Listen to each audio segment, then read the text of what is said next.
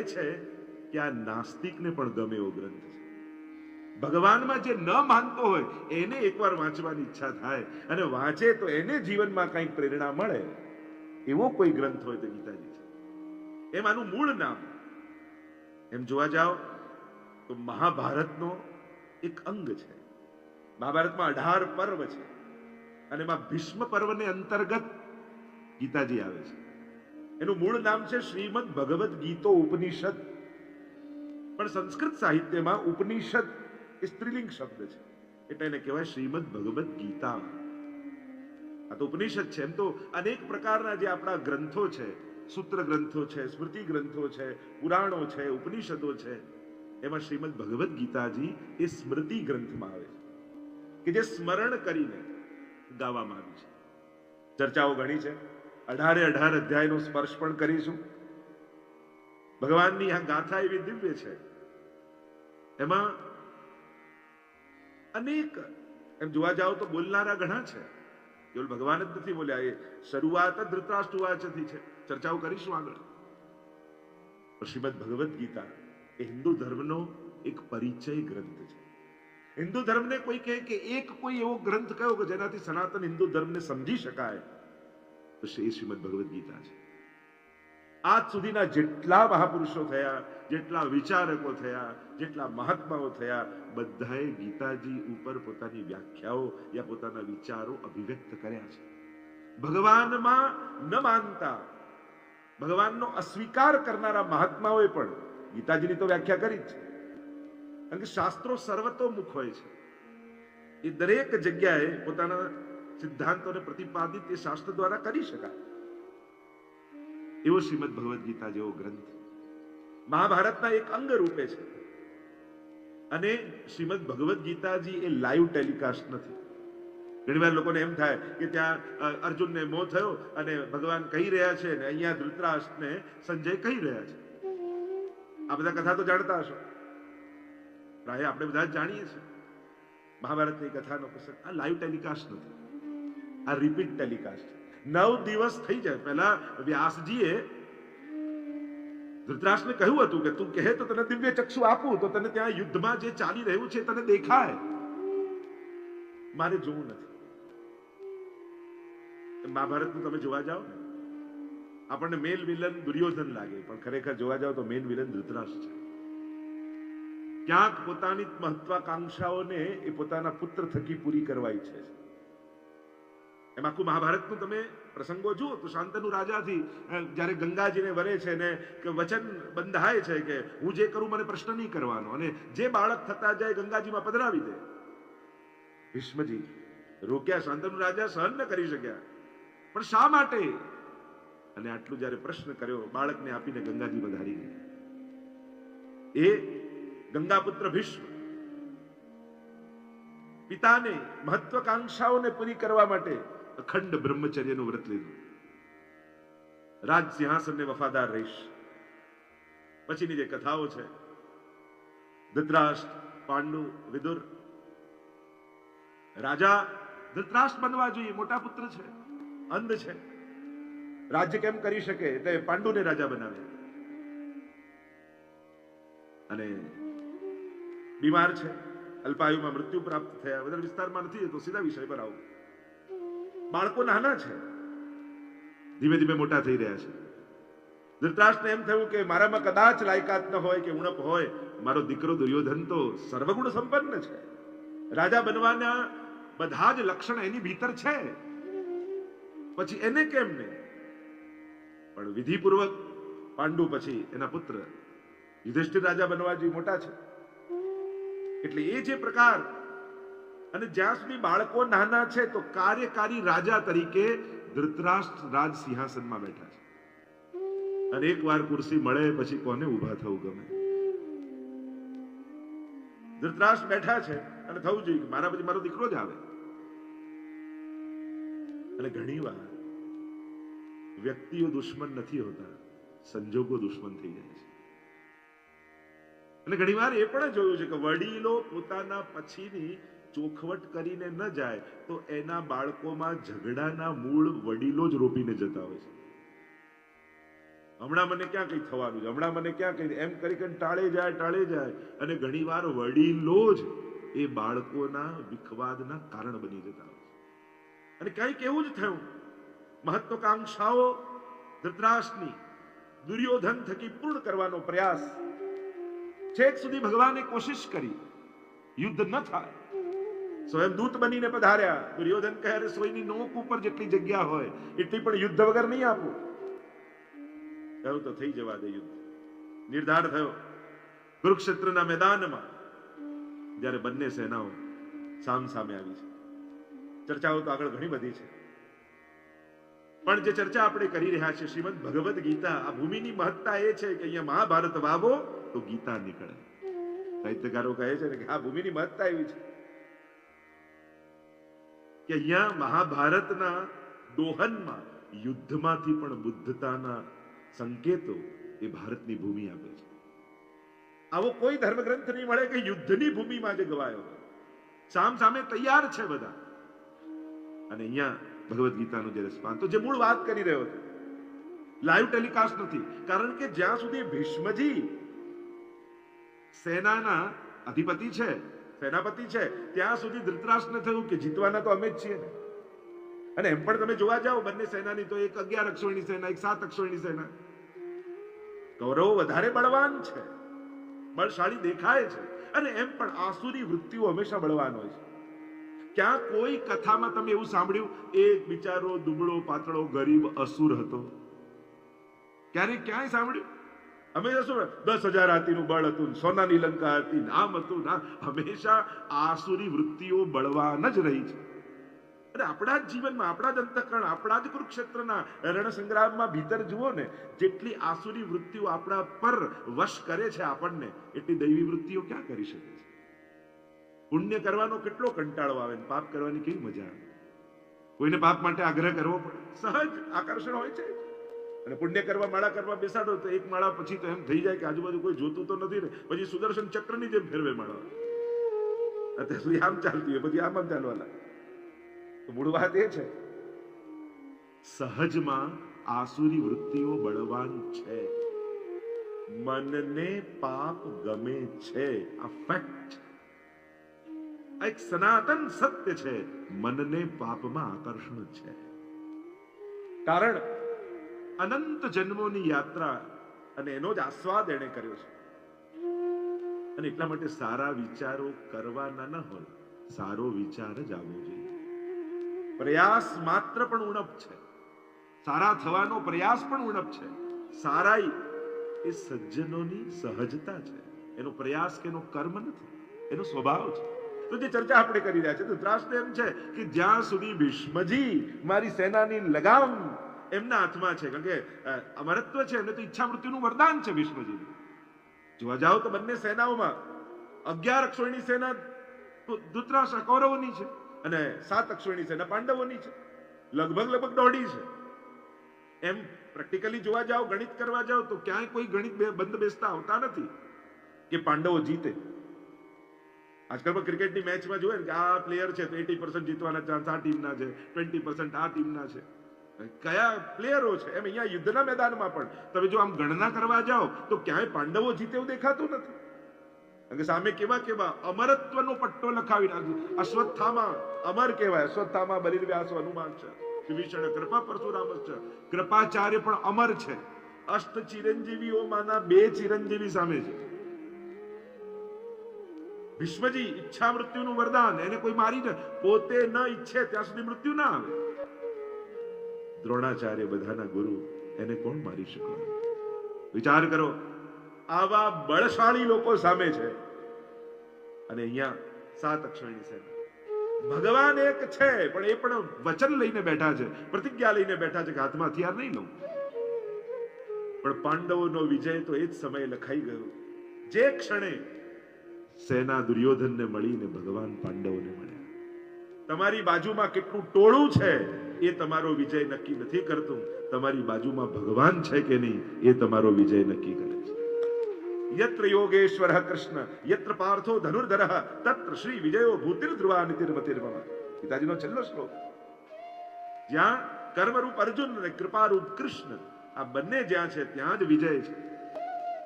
અહીંયા ધૃતરાષ્ટ્ર સંજયને ના કહે છે કે આ મારે જોવું નથી ને.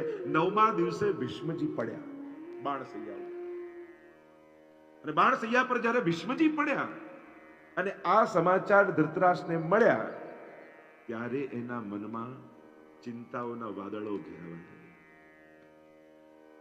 ભીષ્મજીની આ દશા, પ્રસંગો ઘણા છે, શિખંડીને આગળ કર્યા ને નહીં. ભગવાન તો ધર્મ સંસ્થાપનાર થાય, કેમે કરીને ધર્મ જીતવો જોઈએ, કારણ કે જો આ ધર્મ જીતી ગયો તો સમાજનું સર્વનાશ થઈ જશે. આંગળી પાકી હોય તો આંગળી જ કપાય, તો જ શરીર બચે. એમ જ ભીષ્મજી બાણસૈયા પર સૂતા છે અને આ સમાચાર જ્યારે મળે છે અને ત્યારે હવે ધૃતરાષ્ટ્ર ઈચ્છે છે કે મારે યુદ્ધ જોવું છે. એમ જોવા જાવ તો ગીતાજી કેટલા લોકોએ સાંભળી, એ જો ચર્ચા કરવા જઈએ તો ઘણી બધી ચર્ચા થઈ શકે. સંજય સાંભળી રહ્યા છે, ધૃતરાષ્ટ્રને કહી રહ્યા છે, જો સાંભળી ઘણાએ છે, અર્જુને પણ સાંભળી છે. એમ તો ભીષ્મજીએ પણ એમની સ્તુતિમાં જોવા જાવ તો ઉલ્લેખ કરે છે ભીષ્મ સપદી સખી વચોની સમ્ય મધ્યે, કે આપે જ્યારે કહ્યું અર્જુને કે આપને બંને સેનાઓની મધ્યમાં લઈ જાઓ ને આપે જે વિદ્યા આપી, એક સંકેત ક્યાંક ભીષ્મજી પણ કરે છે. એટલે કે એમણે સાંભળી છે. દરેકના ફલ કંઈક જુદા છે.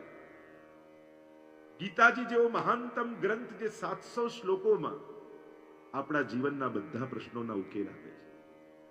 કારણ કે ગીતાજી કેવલ અર્જુન માટે નથી, ભગવાનની અને મહાપુરુષોની વાણી એ કોઈ વ્યક્તિઓ માટે નથી હોતી, એ વ્યક્તિઓને નિમિત્ત કરી સમષ્ટિગત હોય છે. જો અર્જુન માટે જ હોત તો પર્સનલ થઈ જાય, જો એ સમય પૂરતી જ હોત તો પિરિયોડિકલ થઈ જાય. આ તો શાશ્વત સંહિતા છે. અને કદાચ આપણને એવું લાગે કે જેટલી જરૂરત ગીતાજીની અર્જુનને નહોતી એના કરતા આપણને બધાને વધારે છે. કારણ કે એના જીવનમાં તો ક્યારેક પ્રશ્નો જાગ્યા, આપણે તો સવારે ઉઠતાની સાથે કિમ કર્તવ્ય વિમૂઢ થઈને જાગીએ છીએ. આમ કરું કે નહીં, આમ જવું કે નહીં, આ લઉં કે નહીં. કેટલા પ્રશ્નોની સાથે માણસ જીવે છે. ઘણાના ચહેરા જુઓ તો પ્રશ્નાર્થ જેવા થઈ ગયા હોય છે, એમ લાગે છે કે ક્વેશ્ચન સિવાય કઈ છે જ નહીં. ભગવાનનું નામ પૂર્ણ વિરામ છે. મહાત્માઓના ચહેરા જુઓ તમને પૂર્ણ વિરામ જેવા, એમ લાગે કે અહીંયા જઈશું તો જીવનના બધા સમાધાન મળી જશે. કાંઈ પૂછીએ નહીં તોય શાંતિ લાગે, એ જ સંત છે. પૂછીને સમજાવે ને તો સમાધાન આપે તો જુદી વાત, પણ જેનો છાંયો જ શાંતિ પ્રદાન કરનારો હોય એ અહીંયા આ ગીતાજી જેવું છે. વિવેકાનંદજી તો ગયા અને કેટલી બધી ચર્ચાઓ, ગીતાજીનું મહાત્મ્ય કેટલું બધું આપણે ત્યાં, જ્યારે ત્યાં શિકાગો ગયા અને ધર્મ સંસદ થઈ હતી અને ત્યાં બધાએ મસ્કરી કરી, કેટલા પ્રસંગો એવા કહેવામાં આવે કે ગીતાજીને સૌથી નીચે રાખ્યા અને એની ઉપર બધા ગ્રંથો રાખી દીધા અને પછી પૂછ્યું કે કેવું લાગે છે. એટલે વિવેકાનંદજીએ કહ્યું તમે જે કર્યું બરાબર જ છે. આ જેટલા ધર્મ ગ્રંથો છે એના પાયામાં ગીતાજીનું જ જ્ઞાન છે.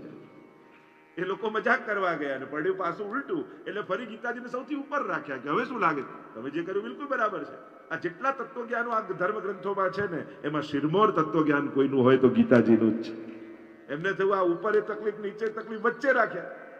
હવે કેમ લાગે છે બિલકુલ બરાબર. આ બધા ધર્મ ગ્રંથોમાં જે જ્ઞાન એમના હૃદયમાં છે એ ગીતાજીનું જ જ્ઞાન દરેકના હૃદયમાં લાગે છે. એવું મહાત્મા સ્વયં મહાપ્રભુજી જગન્નાથપુરીમાં જે ચર્ચા આવે છે, એક બહુ જ મોટો શાસ્ત્રાર્થ ચાલી રહ્યો હતો.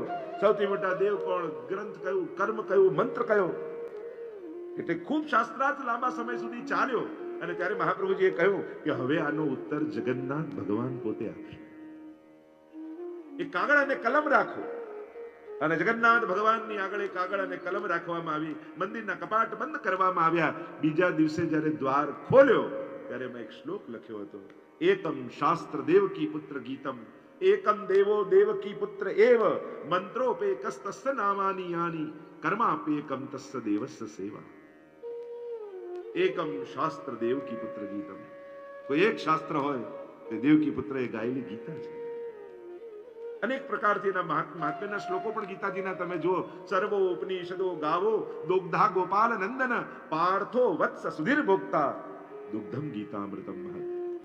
आप जब गीताजी के महात्म्य के श्लोक पढ़ते हो तब कहा सर्वो उपनिषदो गावो. બધી જ ઉપનિષદો, જેટલા ઉપનિષદો છે એ ગાય છે. અને દુગ્ધા ગોપાલ નંદન. જો ગાય દૂધ આપે નહીં, કાઢવું પડે. ગાય દૂધ આપે નહીં એટલે કાઢવું પડે. પણ કાઢવા માટેની યુક્તિ એ છે કે પહેલા વાછરડાને છોડવું પડે.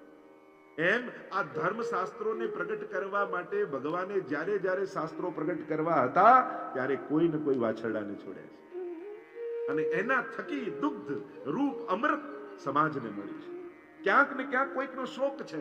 વાલ્મીકી રામાયણ જ્યારે રચાયું ત્યારે ક્રૌંચ પક્ષીના યુગલમાંથી એકને મરેલું જોયું અને જે વિરહમાં બીજું ક્રૌંચ પક્ષી મરી ગયું વિરહમાં અને ત્યારે જે ખેદ પ્રગટ થયો અને વાલ્મીકીજી આખું રામાયણ રચ્યું.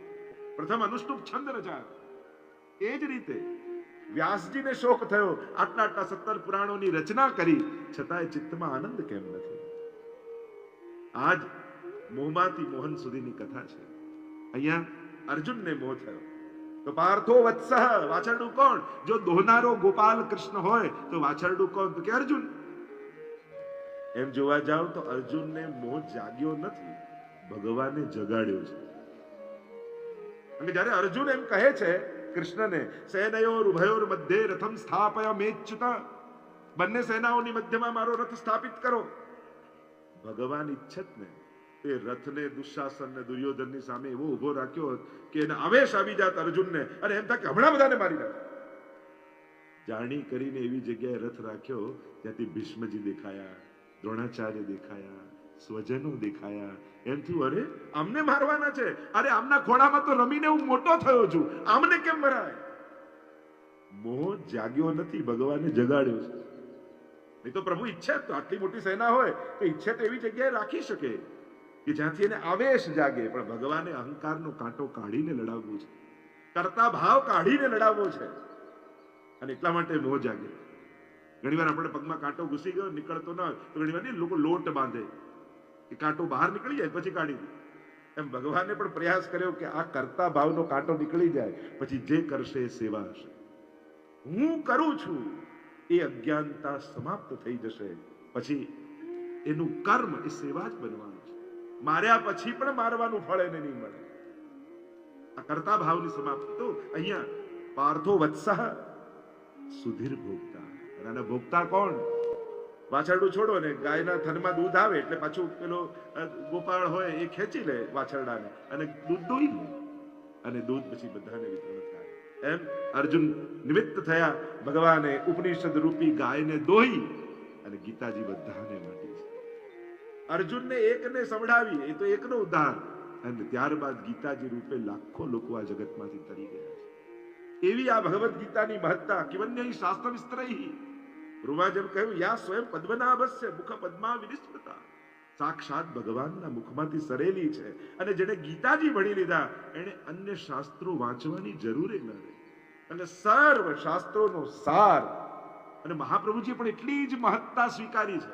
એક બહુ જ અજ્ઞાનતા આપણા પુષ્ટિ માર્ગના વૈષ્ણવ સંપ્રદાયમાં એવી વ્યાપી ગઈ કે આ ગીતાજી એટલે મર્યાદા માર્ગનો ગ્રંથ અને ભાગવતજી એ આપણો ગ્રંથ. અરે ગીતાજીનો જ વિસ્તાર ભાગવતજી છે. સ્વયં મહાપ્રભુજીએ તત્વાર્થ દીપ નામનો ગ્રંથ લખ્યો છે. એમાં 3 પ્રકરણ છે. એમાં એક પ્રકરણ છે શાસ્ત્રાર્થ પ્રકરણ અને એને મહાપ્રભુજી ગીતાર્થ પ્રકરણ કહે છે. તો કે ગીતાજી પર સ્પષ્ટ વ્યાખ્યા કેમ મહાપ્રભુજીએ ના લખી? તો કે એટલા માટે કે ભગવાનની પોતાની વાણી છે, એના પર કાંઈ કોમેન્ટ કરવાની જરૂર જ નથી. એને તો અક્ષરે અક્ષર સ્વીકારવાની જ જરૂર છે. અને એટલા માટે મહાપ્રભુજી સ્વતંત્ર ટીકા ન લખવાનું મૂળ કારણ એ છે કે ગીતાજી પર કોઈ વ્યાખ્યાની આવશ્યકતા નથી. એનો અક્ષરે અક્ષર વેદ તુલ્ય છે, ભગવાનની વાણી છે, એને તો અક્ષરે અક્ષર વેદની જેમ સ્વીકારવી જ રહી. અને એટલા માટે એમાં કાંઈ કોમેન્ટ કરવાની, ટીકા લખવાની જરૂર નથી. આइए गीताजी में प्रवेश करते हैं.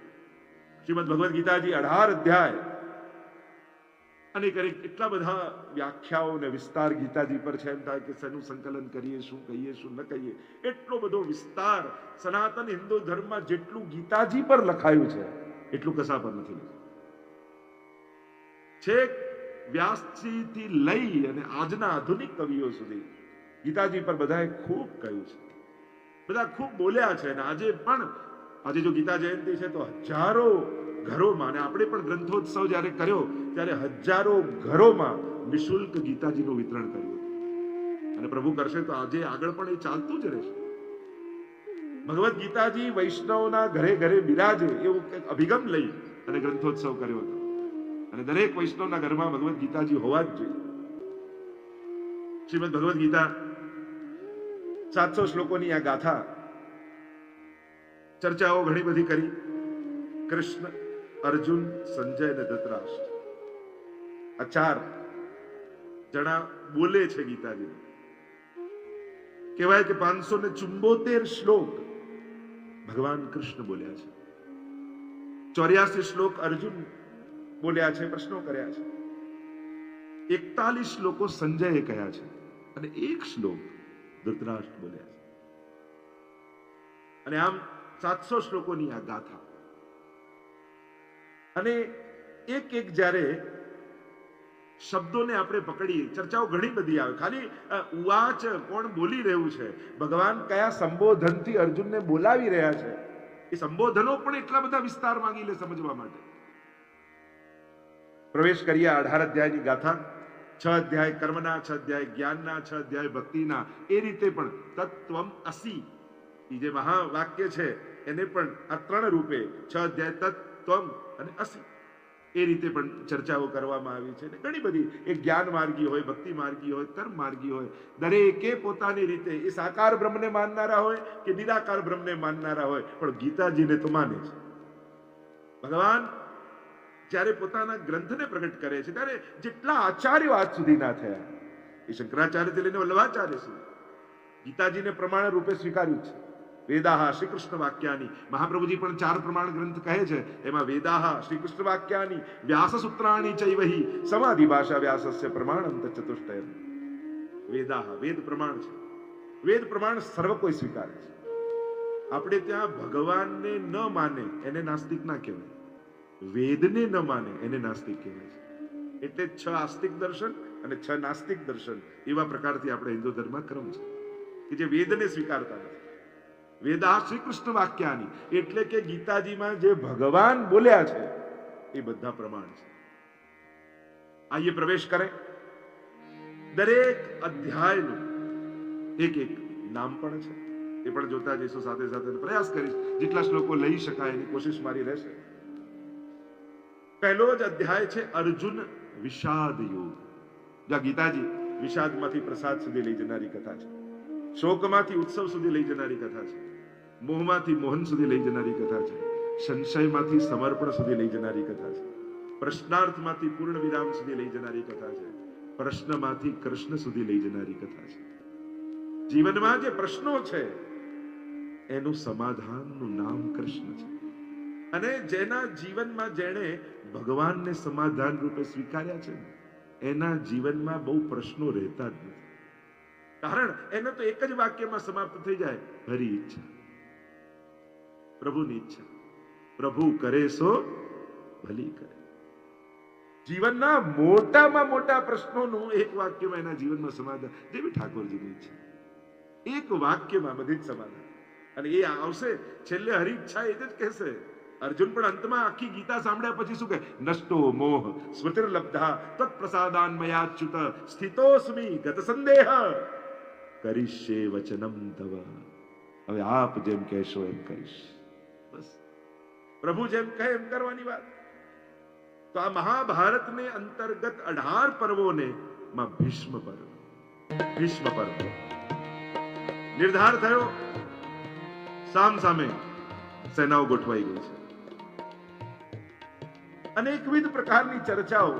આ મહાભારતના પ્રસંગો જોવા જાઓ તો આપણને ઘણા બધા પ્રસંગો અને સંસ્કૃત સાહિત્યમાં તો એમ કહેવામાં આવ્યું કે જે મહાભારતમાં નથી એ ક્યાંય નથી. બધા જ વિષયોને સંકલિત મહાભારતમાં કર્યા છે. આ મહાભારતને જયગ્રંથ કહેવામાં આવે છે, ઇતિહાસ કહેવામાં આવે છે. અને ઐતિહાસિક અને લોકો પછી એવી વાયકાઈ કરે, જેના ઘરમાં મહાભારત હોય એના ઘરમાં ભાગવત છે. બધાના ઘરમાં ભાગવત થાય છે, રાસ થાય છે. મૂળ વાત એ છે આપણે લોકો ગ્રંથોથી બચવા માટે પણ એવી એવી વાયકાઓ બનાવી નથી. તોય થાય છે કે નહીં? બસ રાખો તો નહીં થાય. અને એટલા માટે રાખો, નહીં તો સાંભળો. 1 લાખ શ્લોકોનું મહાભારત. અને એટલા માટે ભગવાન, સત્સંગ, કથા, ગ્રંથ એના માટે કોઈ પણ પ્રકારના નેગેટિવ ભાવો પ્રગટ નહીં કરવા. કોઈ પણ એવા તુચ્છ કારણો આપી એનાથી દૂર નહીં થવું, એવું કાંઈ નથી હોતું. એટલે રાખો નહીં તો સાંભળો. મૂળ વાત, આ મહાભારતનો ગ્રંથ કૃષ્ણ અર્જુન બે જણાની વચ્ચેનો સંવાદ છે. આ કોઈ સભાગત ઉપદેશ નથી. કોઈ પ્રશ્ન કરે છે, કોઈ તને સંવાદના જેટલા પાસાઓ હોય એ આદેશ, ઉપદેશ, સંદેશ, સલાહ, સૂચન, સંકેત, સંવાદના ઘણા પાસાઓ હોઈ શકે. એ બધા જ પાસાઓ ભગવાન અને અર્જુનની વચ્ચે સિદ્ધ થાય છે. દરેક અધ્યાયના અંતમાં તમે કૃષ્ણ અર્જુન સંવાદે, અધ્યાય કોઈ પણ હોય પણ છેલ્લે તો સંવાદ રૂપે છે. એટલે કે વિવાદમાંથી સંવાદ સુધીની યાત્રા એ જ ગીતાજી છે. કારણ કે જ્યાં સંવાદ નથી હોતો ત્યાં વિવાદ થાય છે અને કઠિન છે. વિવાદમાંથી સંવાદ તરફ જવું કઠિન છે. એ તો કોઈ કૃષ્ણ જેવો ગુરુ મળે, જગત ગુરુ, તો જ વિવાદમાંથી સંવાદ તરફ જવાય. પ્રશ્નો જાગે ખરાબ નથી, પણ પ્રશ્નોના સમાધાન ગલત વ્યક્તિ પાસે લેવા જવા એ બહુ ખતરનાક છે. તમારા પરિવારમાં, તમારા કુટુંબમાં, તમારા ઘરમાં, તમારા આધ્યાત્મિક માર્ગમાં, જ્યાં પણ જીવન તમારું ગતિ કરતું હોય, અનેક પ્રશ્નો આવશે જ. પણ એ પ્રશ્નોના સમાધાન જો ગલત વ્યક્તિ પાસે લેવા ગયા ને, તે તમારા પ્રશ્નોને સંઘર્ષમાં ફેરવી નાખશે, વિવાદમાં ફેરવી નાખશે, અશાંતિમાં ફેરવી નાખશે. અને અશાંતસ્ય કુતઃ સુખમ, સગવડતાઓ સુખ નથી આપતી, શાંતિ સુખ આપે છે. અશાંત કયું સુખ? અને એટલા માટે બહુ મહત્વનું છે જાગેલા પ્રશ્નોના સમાધાન કોઈ વ્યક્તિ, યોગ્ય વ્યક્તિ પાસે લેવા જોઈએ. નહીં તો અર્જુનને મોહ થયો. એક સેકન્ડ માટે વિચાર કરો કે અર્જુન ધૃતરાષ્ટ્રને પૂછવા ગયો હોત કે આમાં શું કરવું, લડું કે ના લડું, તો કેવી ગીતાજી મળી હોત? ધૃતરાષ્ટ્ર એમ જ અરે લડાતું હશે ભાઈઓ, ચલ ચલ ઘરે બેસી જાય, આપણે શાંતિથી બેસી જઈએ, બધું આપી દે. કદાચ પ્રશ્નનું સમાધાન લેવા માટે એક એક વ્યક્તિની તમે પાસે જાઓ. મહાભારતના બધા પાત્રોનું તમે ચિંતન કરો કે જો અર્જુને આને પૂછ્યું હોત તો શું જવાબ મળે. આને અત્યારે હું એમાં જતો નથી કારણ કે સમય ઘણું જતું રહેશે, પણ એક એક વ્યક્તિ પાસે જો તમે ચિંતન કરો કે જો અર્જુન પૂછવા ગયો હોત તો કેવી ગીતા મળે. જે સ્વયં નિશ્ચિંત નથી એ તમને ક્યારે ચિંતા મુક્ત નહીં કરી શકે. જે સ્વયં આનંદિત નથી એ તમારા જીવનમાં ક્યારે પ્રસન્નતા નહીં લાવી શકે. જે પોતે સંપૂર્ણ સમર્પિત હોય એ જ તમારા ભટકાવને અટકાવી શકશે. પોતે સમર્પિત વ્યક્તિ જ સમર્પણ સિદ્ધ કરાવી શકે. ભટકતો વ્યક્તિ ક્યારે શાંતિ ના આપી શકે.